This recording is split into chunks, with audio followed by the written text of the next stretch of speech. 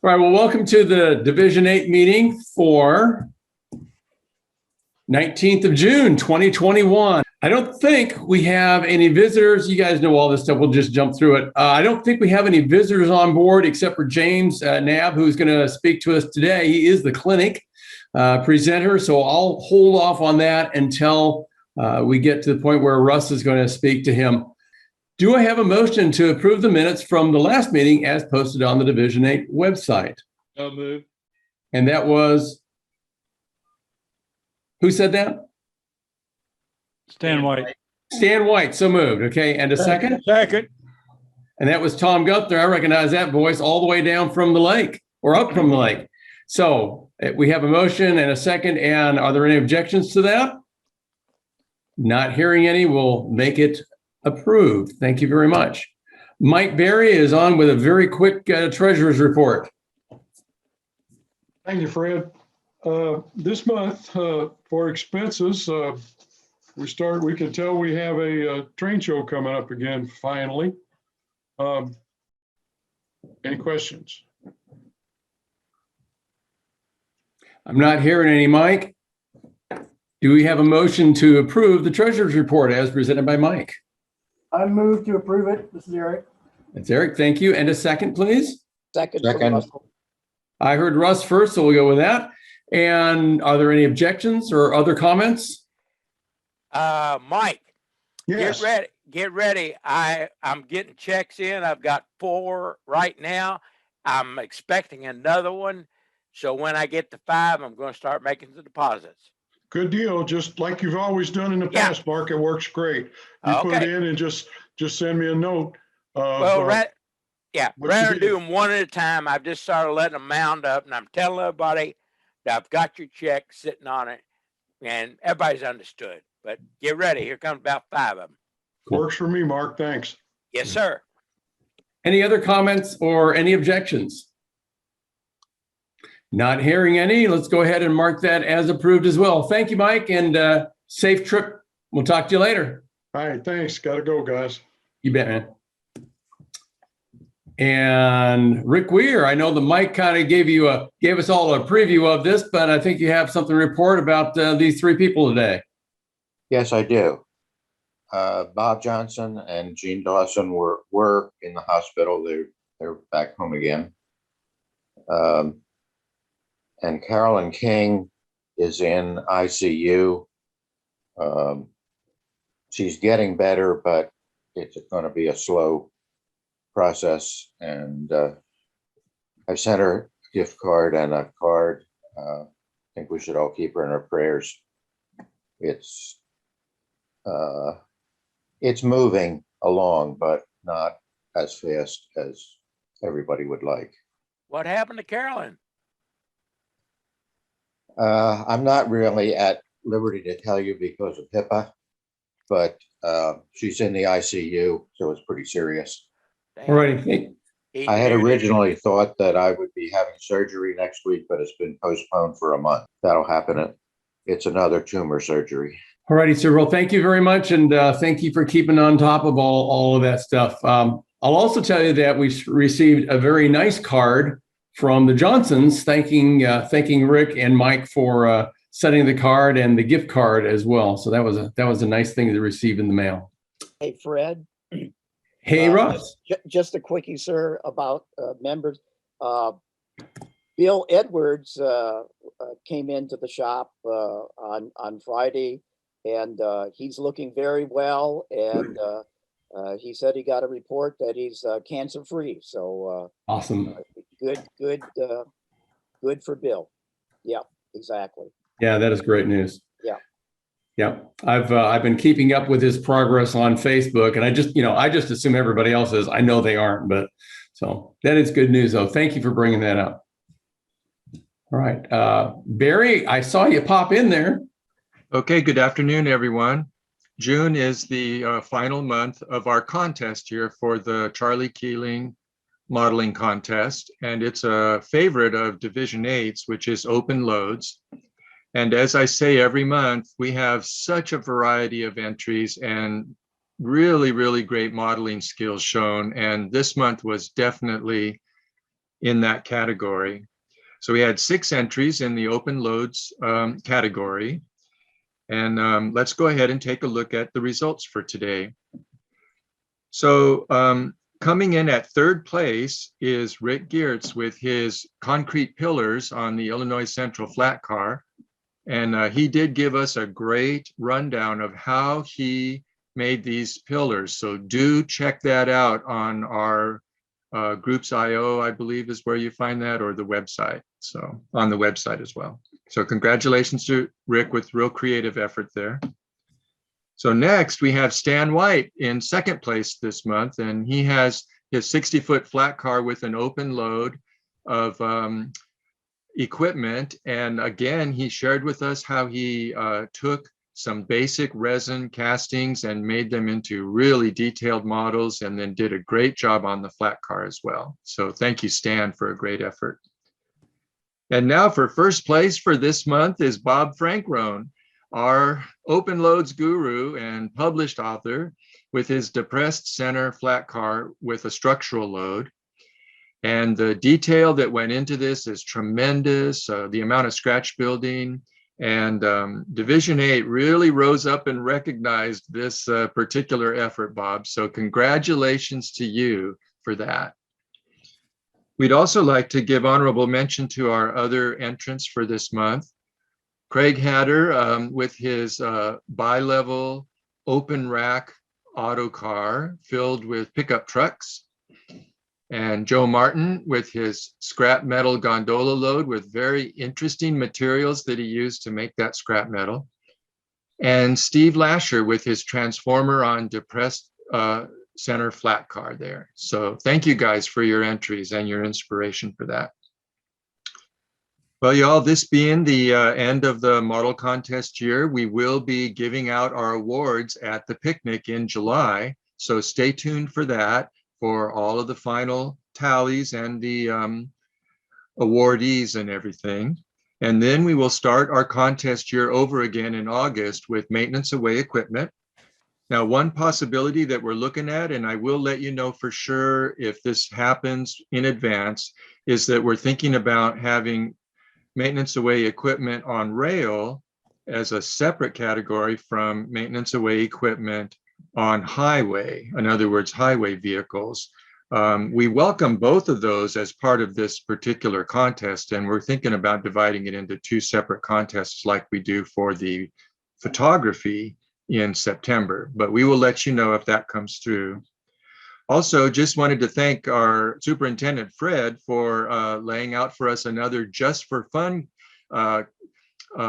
event that will be coming up later this year. Now, this is not part of the Charlie Keeling modeling contest, so there are no voting, there's no voting involved and no awards involved. It's just for fun. But this particular topic is fantasy or what if locomotives, where you take a locomotive and you paint and decal it for something that's either a fantasy or a what if type of a scenario. And then October 16th is the final deadline for entering on that. So again, keep in touch with us through the pie card, Groups.io, and the website as we get closer to October 16th. And thank you, Fred, for starting that off on us for us. Okay, have a good day, everyone. Thanks, Barry. And the guy who prepared the slides here, and that would be me, screwed up on this slide because the title of the August is actually Maintenance of Way Equipment and Highway Equipment, to make sure that everybody knows it's not just strictly maintenance of way equipment. So if you've got highway vehicles and so forth, that counts as well. But as Barry said, we're talking about, should we do 2 separate categories in August, kind of like we do with the photos when we do model photos and prototype photos as 2 separate contests, but running both at the same time. And yeah, I think the fantasy schemes is gonna be fun. As I said in my pie card article for this month, I already have everything I need. I just have to put it together. And I'll give you a little bit of a hint. Yellow will be involved, and that's all I'm going to say about that. All right, I'm going to skip over that. Mike was going to talk about this. I'm going to talk about this. And this is the picnic that's coming up. It's the annual picnic. This year, we're going to the Salem Depot Museum. Just about everybody on the call, I think, has been there, except for James, of course. But James, I doubt that you're going to come all the way up to Salem, Indiana for our picnic. But if you do, I will buy you lunch. I guarantee it. Lunch is going to cost you $5 payable at the door. Lunch is going to cost more than that, but the division is picking up the cost beyond $5 per person. And bring a guest, more than welcome, but you do need to RSVP to Mike, and the deadline for that is now. No, actually, the deadline for that is the 17th of July, but the sooner you get it in, the sooner it's on your calendar, and the sooner Mike can go back to our caterer and make sure that we have enough for everybody. We're talking, hot dogs, hamburgers, and things like that. Picnic fare should be a good time. We're trying to get someone in to do a program. That's, if you were listening in before we started the formal meeting today, that's part of what Russ and Ron and I are going to be talking about right after this. But we should have someone there to give us a quick program, either about the depot itself or about the Monon Railroad. Now, we're not talking an hour-long program. We're talking a 10 to 15-minute real quick talk. We're going to do awards, as we always do, for end of year. So if you're in first, second, or third for this year's contest, then you'll get a certificate. You get the gift card that goes on along with that. But also, we're going to hand out all the individual monthly winners since the last time we presented these at the celebration station back in, I guess that was March. So we'll have a few of those to do as well. So it should be a good time. Again, get your reservation in now. Get it to Mike as soon as you can. The absolute deadline is the 17th of July. Ron, what did I forget? Oh, I know. We eat at noon. That's important. But show up anytime after 11 o'clock. So, Ron, what else did I forget? That's it. Whew, man, I passed. Thank you. Great. Any questions about that from anybody? Cool. Ron, you're up. One thing we might mention is if you don't know how to contact Mike Berry, then send an email to the Division 8. Or check your last pie card. Or check the pie card. Yeah, it's in there. Or it's going to be in the, guess what? We're going to be talking about it in the July, as Mike likes to say, pie card. And then we're also going to be talking in the pie card about November 13th, 2021, 10 a.m. to 3 p.m. During the August meeting, which may be a hybrid meeting, we'll be passing around the first volunteer sign-up sheet. We expect this to be a busy show, and we expect to need some volunteers to help us. So be thinking about volunteering for the show. Get the date on your calendar, please. We started marketing for it. You heard Mike say we sent 500 flyers up to Cincinnati because we found somebody up there who would distribute our train show flyers to 5 different hobby shops in the Cincinnati area. And you may have seen the Cincinnati flyers in our 2 hobby shops, Scale and Roundhouse, and that's because we're scratching each other's backs. So that's it on the train show, Fred, until August. Thank you, sir. I think this is me. Yes, it is. So a couple things coming up that we want to make sure you know about. The Pacific Coast region, of course, is hosting this year's national convention. It's all virtual, Rails by the Bay. You can go to the website and download a 2-column sheet of all the clinics that are scheduled for out there. You'll recognize some names on there, I'm sure. But if you haven't signed up for this, take a look at what's being offered and consider whether or not you want to spend your $50 or so to attend this thing. It's going live during the 6th to 10th of July time period. And at the end of each clinic, you'll be able to go into a separate chat room and talk to the clinicians about what they just presented or whatever comes up in whatever topic. So kind of a mini gab session, a mini bowl session, if you will, for each of these. If you sign up for the convention and you cannot attend all the events, and you can never attend all the events, they're going to be available online for a month after the convention as well. So it's not like, oh man, I missed that one. I really want to see it. Oh, well, it's gone. You've got another month to catch up. So go hit the website, see if it's something that's of interest to you. I'm not really pushing it, but I want to make sure that everybody in Division 8 knows about the opportunity and some of the recent changes. Originally, it was going to be one and done. If you're there, great. If you're not, too bad, you lost. You didn't get to see it at all. And now they've made them available. They're going to make the clinics available online for a month later. Indy Junction 2022, we're going to keep reminding you of that. It's a year from now. The hotel reservations are they open yet, Ron? Almost open. Hotel reservations are open. You need to call Marriott Central and specify some specific verbiage, which we will share with you, but not at this exact moment. They just literally opened up in the last 24 hours. Yeah. So the deal is, go to the indyjunction2022.org website. On the bottom, click the link, sign up for updates, and you're going to get that information as soon as we get it out. And make it as soon as it's available to be released publicly. You're going to get it. You're going to get it quicker than coming to a Division 8 meeting, that's for sure, because things are happening all the time. Look what's happened. We updated our flyer here, our little promo thing, and it's not a 2-day train show. It's a 3-day train show. Such demand and such interest in it that it's been expanded for a 3rd day. Actually, it's going to be Friday, Saturday, Sunday instead of just Saturday, Sunday. And if you're a convention attendee, you get in early on Friday, no public admitted on Friday for several hours, so exclusive access to it, just like you would at a national convention, and no additional fee for you to attend all 3 days. If you're in the public, it's going to be $8 a day to attend that thing. Shoot, what a deal. All right. As Ron said, you scratch our back, we're going to scratch your back, and this is one of those things. The Cincinnati Summer Model Train Show, if you didn't know, is coming July 17th.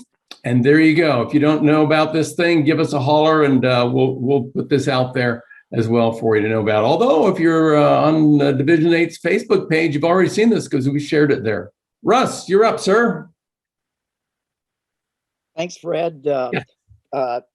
Today, we're pleased to have James Knabb. James is with the Lone Star region down in the Dallas area. And I've said this 100 times, but today's another great example. At least for our hobby, the pandemic's been kind of a blessing in a way where we can have speakers like James all the way from Dallas talking to us right in our home. So more on James later. Now, next month, July, can't believe that the year is half gone now.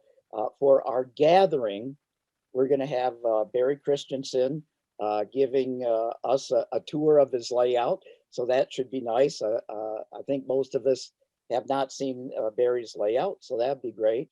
And Bob Kugler will be showing us the latest buildings that he has made and finished off very nicely in the Kugler manner. And Fred will also be giving a little talk next month. Let's see. So as Fred mentioned earlier, or alluded to, that we are going to try in August to have a hybrid general membership meeting like we are today. We hopeful that whoever wants to attend in the 600 room of the Churchill Downs building, and we'll also be Zooming this. So if you still don't feel comfortable doing a face-to-face, then you can get on your desktop just like we are now and see the meeting. Yours truly, along with Mike Berry, will be showing you how we're doing signaling on my layout using the Arduino to make the magic happen. Earlier in the year, Mike had given just a quick how you can have the Arduinos do grade crossings and some simple signaling.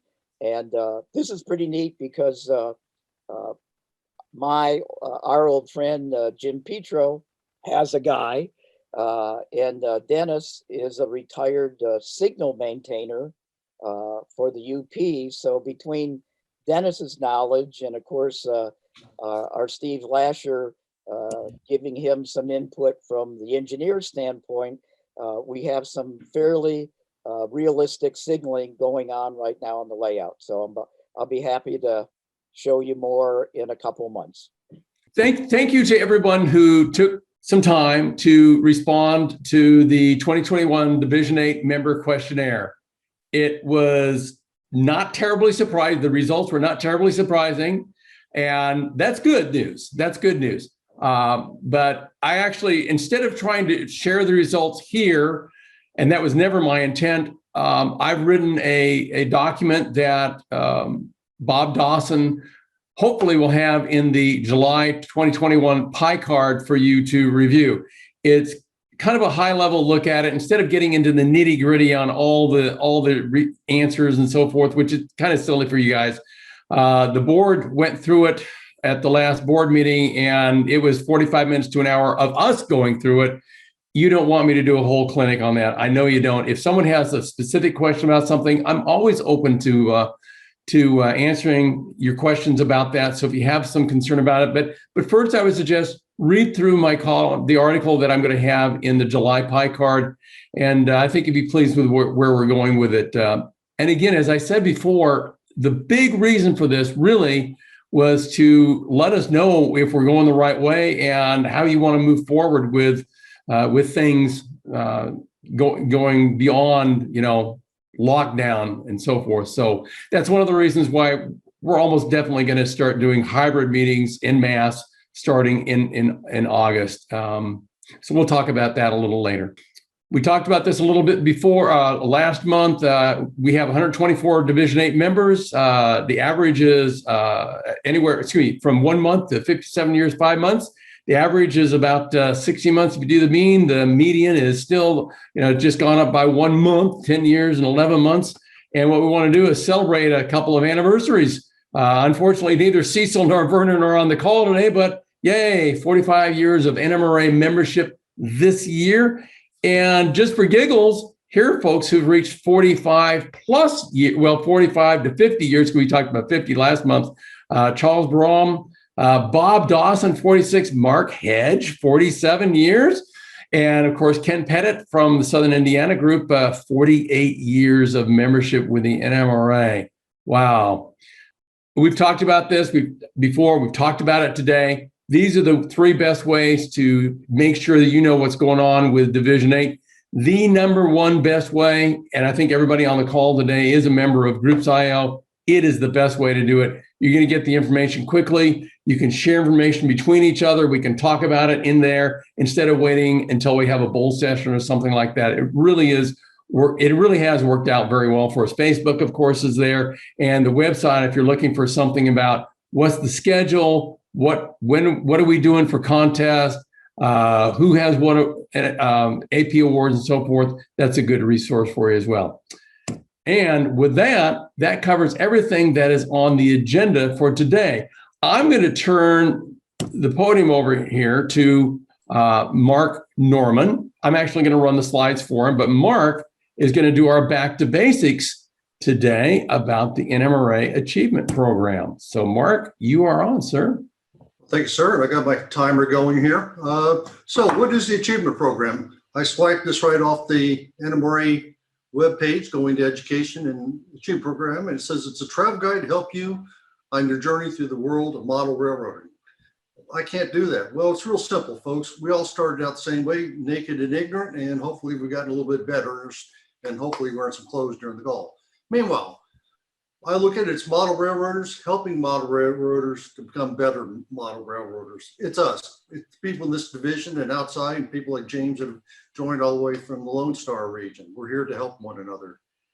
It's personal growth, incentives and recognitions for mastering crafts and skills. We're all trying to get better. None of us knows everything, and everyone knows something. And I can't think of any single NMRA event at the division or national level that I didn't pick up something. And that's what it's about. It's about becoming better at this craft and the skills that we might have. And if anybody has questions, please just reach out and say something. But anyway, it's coaching and evaluation. You notice we've changed that word. It used to be said that we judge, but we don't. We evaluate. It's for your fellow modelers, coaching and encouraging you. And we'll thoughtfully evaluate it. This isn't a court of law. You're not going to get judged. You're not going to get fired. But we are going to make some suggestions for improvement and see how can you make it better. If you have a basic, let's say you model an outhouse, there's not a lot there, and it's going to be very difficult to achieve a very high score. That may be perfectly modeled, but it's just not enough.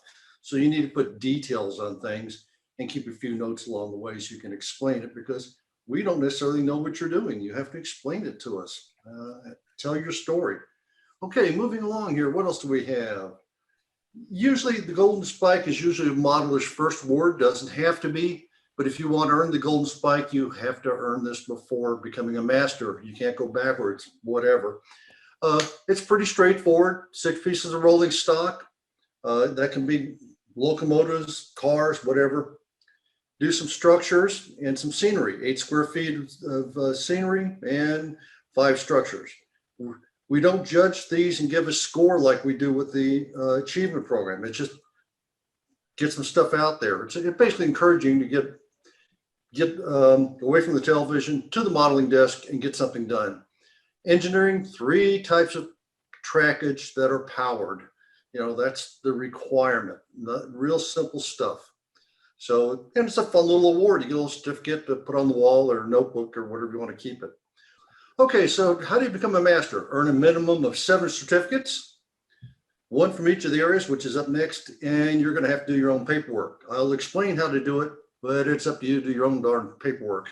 Same way with this little guy here. So, here's the 4 categories: railroad equipment, settings, construction, operation, and service to the hobby. You have to earn at least 1 certificate from each area, totaling 7. So you could do, all 3 in the construction and operations area, and then 1 from each of the others. That gets you to 6, and something else. Pick whatever you like, whatever you feel comfortable with starting with. We have coaches on the division webpage, a listing of people that help you out. If you're still lost, call me, email me. We'll try to get you going. The real big thing, though, is the paperwork. Just keep records. Doesn't have to be complicated. You can just keep a few notes as to how you did it so we can do it. And I think then basically you go out there and have some fun.